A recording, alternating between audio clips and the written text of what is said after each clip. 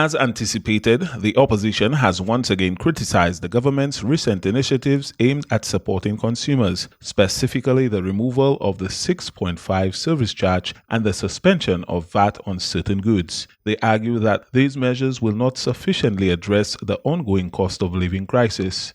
In response, Commerce, Manufacturing, Business Development, Cooperatives and Consumer Affairs Minister Honorable Emma Hippolyte stated that the opposition can make as many claims as they wish. However, she reaffirmed that the focus remains on the consumer and emphasized the government's genuine intent to reduce the cost of living.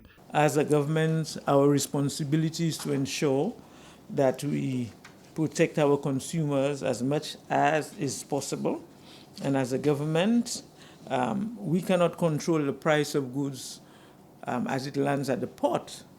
But what we can do is to look at the VAT, the service charge, the areas where government has control over, and that is what we are addressing. She also announced that her ministry has collaborated with the business community, including the Chamber of Commerce and the Ministry of Finance, to develop a list of items on which VAT will no longer be applied. It is now with the Ministry of Finance for final vetting so that we can have this effective 1st of July.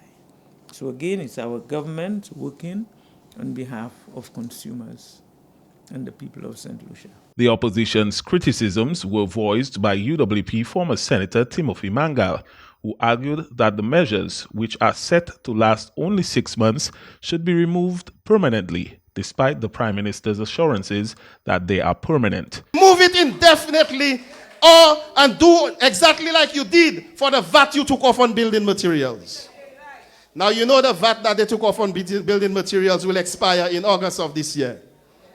I challenge them to put back the VAT in August. They will never do it. Because anything that is now costing you $100 will immediately cost you $112.50. And they cannot afford to do that before an election.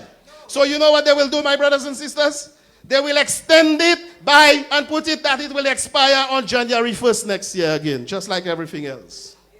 So watch out. Mangal urged the public not to be misled by the government, suggesting that these efforts are temporary and motivated by the upcoming elections.